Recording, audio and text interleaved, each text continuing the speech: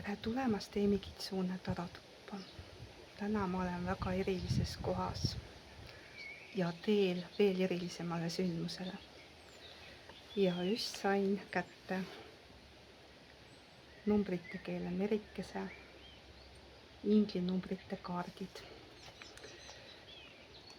Ja kui ma paki lahti tegin, siis esimene kaart, mis mulle vastu vaatas, oli 6666 ehk suur õnnistus.